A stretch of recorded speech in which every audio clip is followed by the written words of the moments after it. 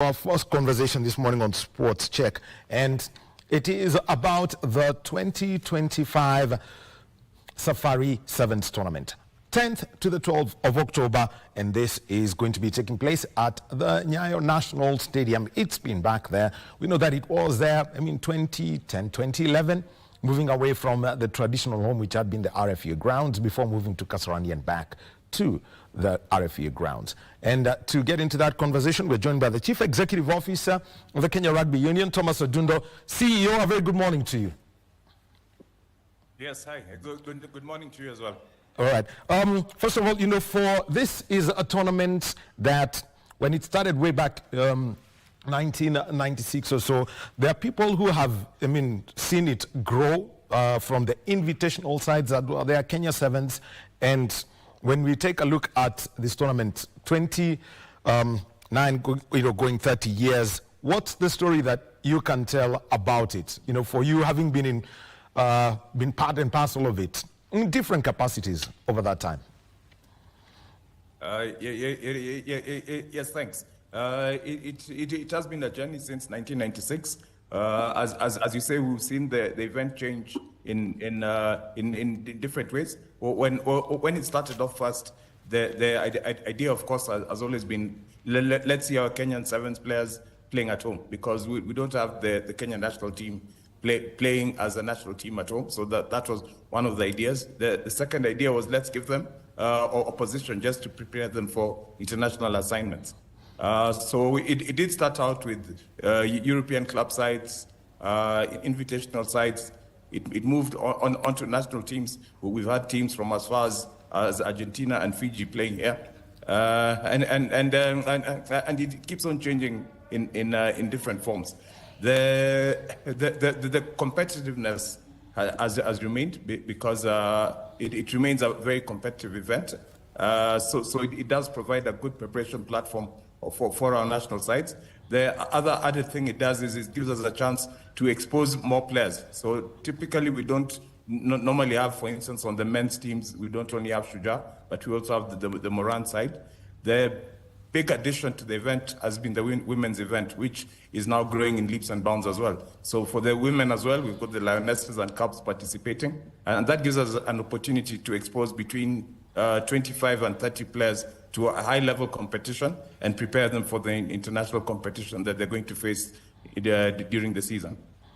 Well, and one of the things that people say is that the Sevens tournament was always associated with Ngongro, the RFU grounds. But in 2010, the first time it was taken outside that venue, it went to the National Stadium. A couple of editions there before moving on to Kasarani. What was that, driving force to have the tournament change venues from, Ngong Road on to Nyayo later, Kasarani, and now for this year back to Nyayo?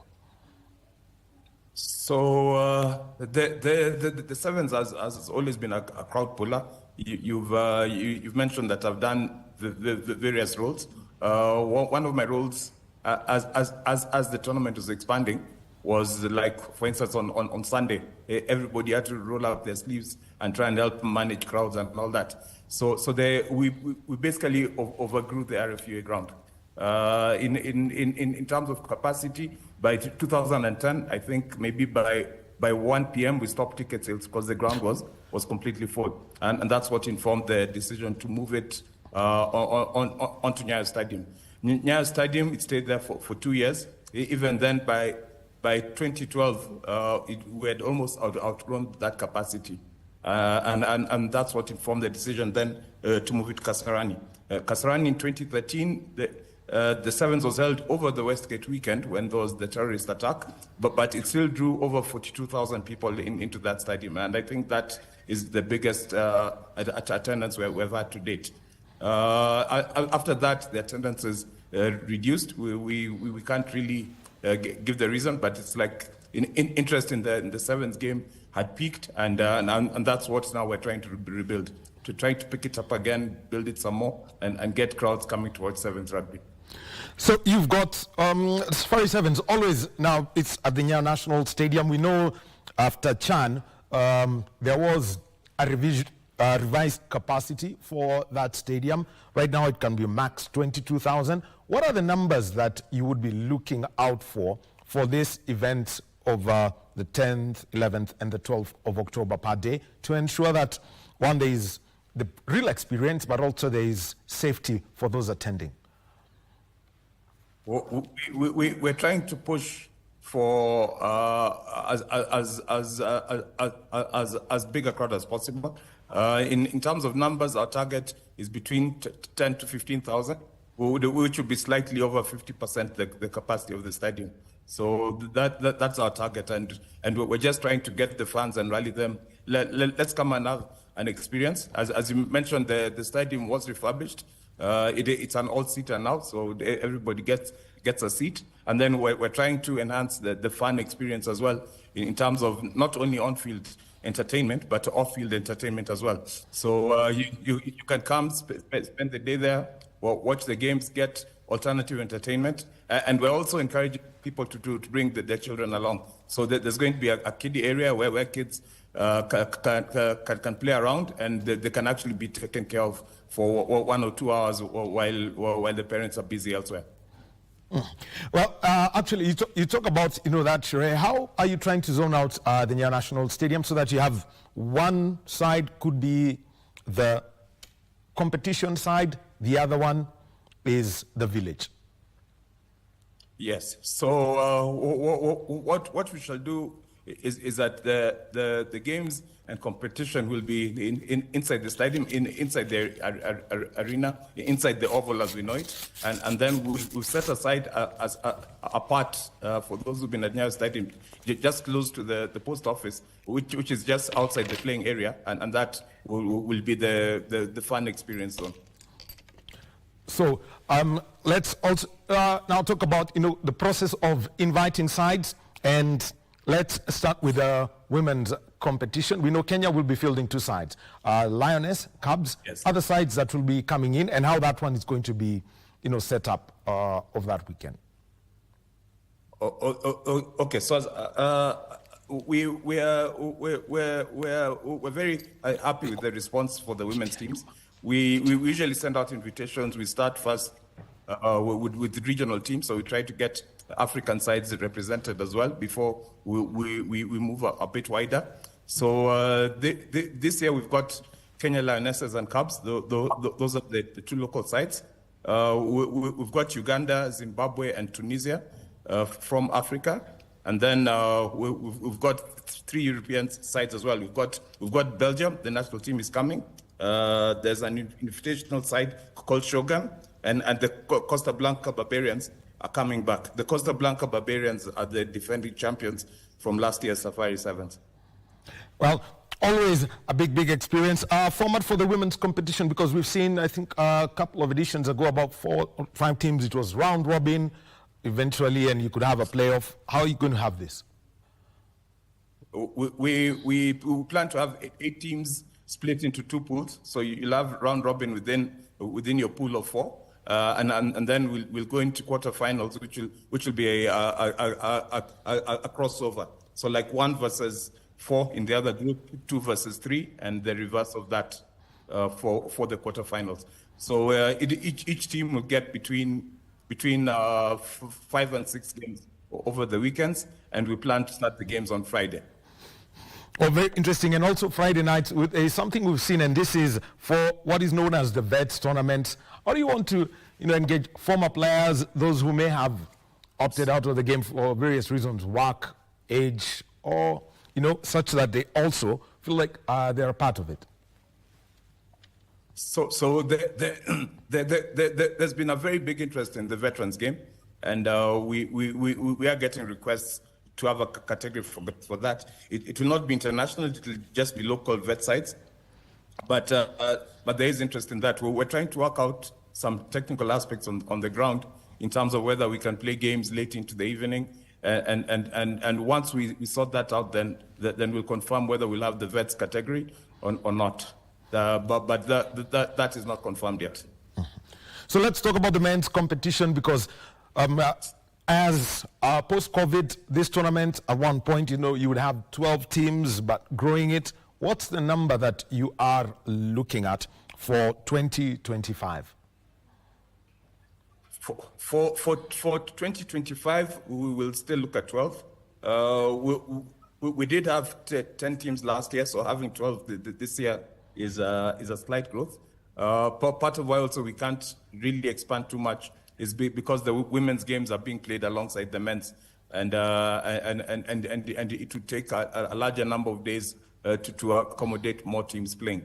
So in terms of the teams which are so far confirmed, it's in a similar model. We start with regional, and then we reach out wider. So we've got Kenya, Shujaa, and Morans, and then from close to us we've got Reunion, Uganda, Zimbabwe, and Zambia. And then we moved slightly out. We've got Apache from the UK. We've got Shogun Men, which is a mixed team. It's a composite side. It'll have some English players, some Spanish players. So that's going to be a really good side to watch. And then we've got UK Select and the French Renegades.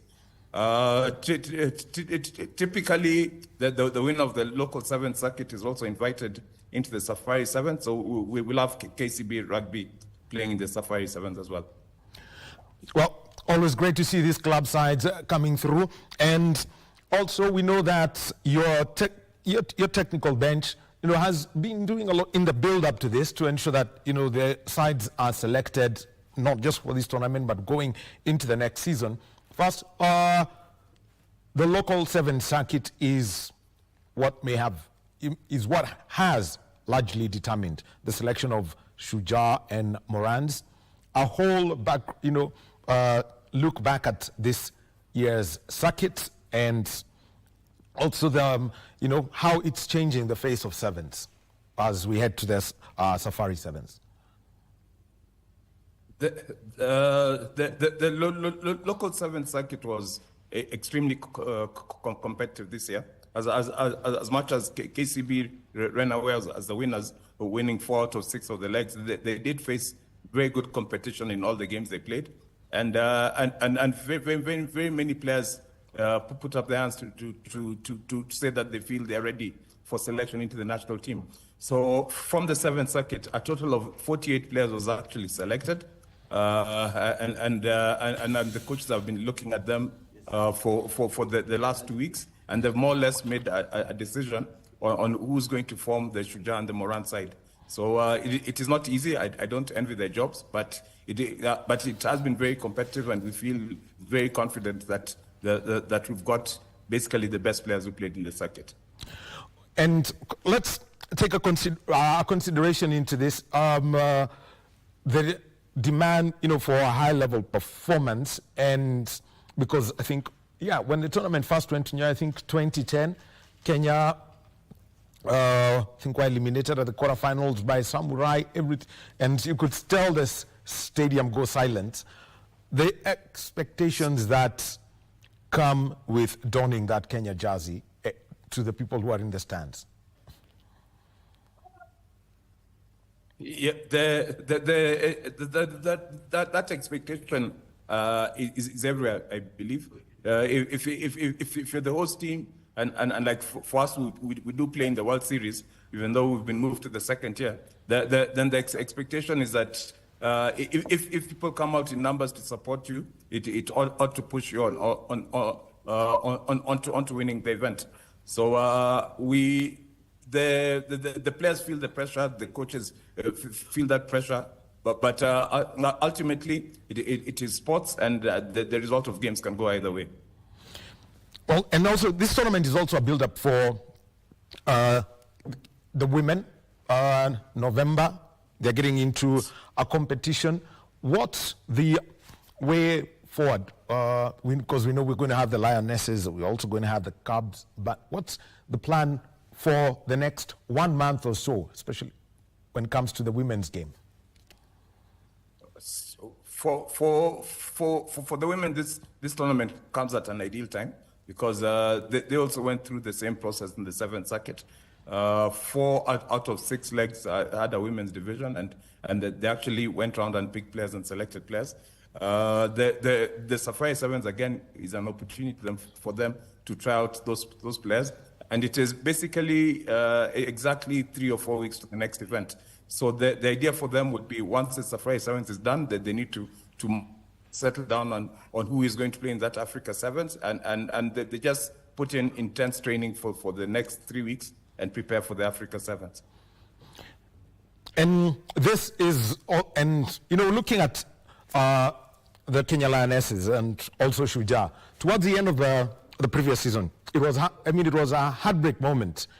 You're in LA, this is the one moment you want to move up a tier, you want to stay, in the main series, and then that confounding communication that came through. How has Kenya Rugby adapted to that, and looking at ways to make sure that, yes, the teams can get to the highest level, and also, some of the efforts being made to bring back the series to what it was? The tournament in Los Angeles, as you say, was a heartbreak for us, because both teams felt that they did enough to have been considered for Division 1. The fact that the teams were reduced really was not in our hands. So in terms of our targets for last season, we did achieve our targets, which was finished in the top 12. Now what has happened is basically we just have to work much harder and try and get into the top 8. There is a pathway. We play in the 7th Division 2, and then at some point the 7th Division 2 teams will meet the 7th Division 1 teams, and there is where they will select the top 8. So that is what both teams know we've got to do, and that's the plan we're trying to make. The 7th Division 2 starts in the middle of February. So once the Safari Sevens is done, then the planning gets intense for the competition for the Division 2. And this is a big one, because we know normally that teams with the reorganization, let me just call it the reorganization of the rugby calendar, because I think when the Safari 7 started, it used to be June, but now it is tied, quite well with the how the 7th circuit was. What's the way to build up, especially for the men, because February and March 2026 is when 7th 2 will be played before they get into what is now known as, the World Championship phase of the series. So when the Safari Sevens was in June, it was actually like a post-season event, and what we found that was most teams would not be willing to come or to travel, because their season was over, and the issues of player fatigue and burnout, and they were not keen on playing a post-season event. So what we tried to do was position the Safari Sevens as a pre-season event. Now, back in February, when we set the date and announced the dates, as I said, our target was to finish in the Sevens 1. The HSBC Sevens Division 1 will start end of November. So we felt October to November is an ideal preparation period. Teams come try out their players in October, and then dig down and prepare for the beginning of the series. So that was our thinking then.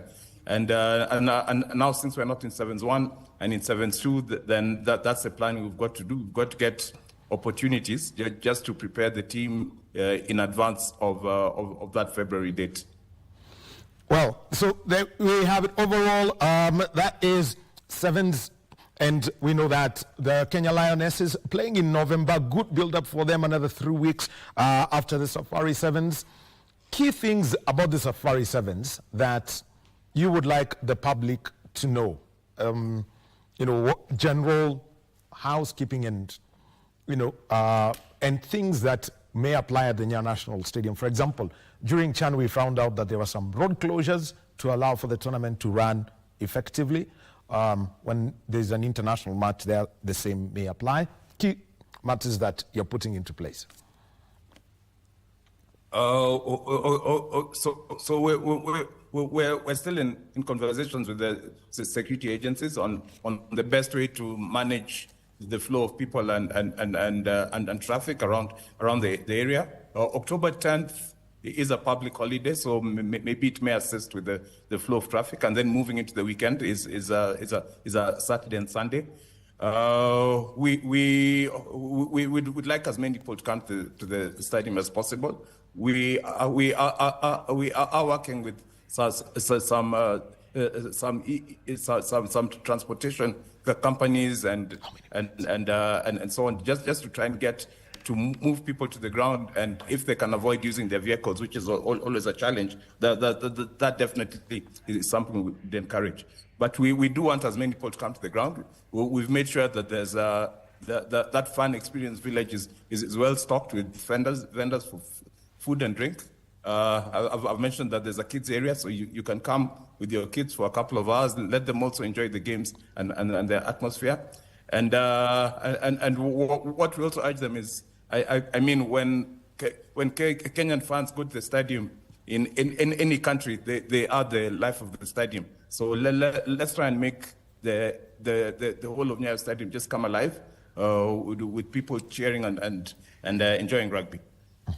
Well, we always know what Kenyans can do. They created their own corner in Australia. The organizers had to decide, okay, more stands for these people so that they can do that. Now, and let's now get overall at the 2025-2026 calendar for the Kenya Rugby Union. Key things to look out for. I know there's a Kenya Cup, the dates around that, the calendar for Simba's, Chipu, and that you can wrap that for us.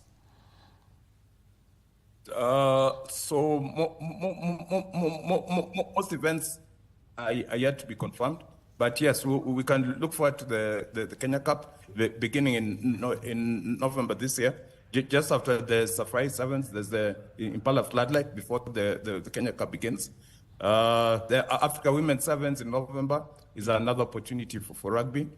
The league runs between November and March, April. So that's the Kenya Cup, and then the Knockout Enterprise will be on.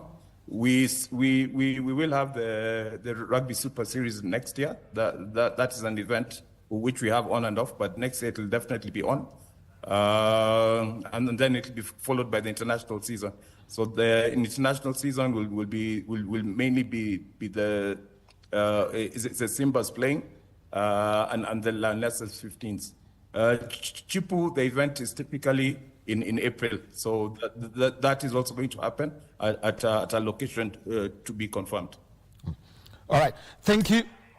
Thank you very, very much. Thomas Odundo, Chief Executive Officer of the Kenya Rugby Union. The Safari Sevens is back, and also there's a calendar after that, Floodlights, Kenya Cup, Enterprise Cup, all that has been lined up and it's one of the events that we should all be looking forward to at the Nyayo National Stadium.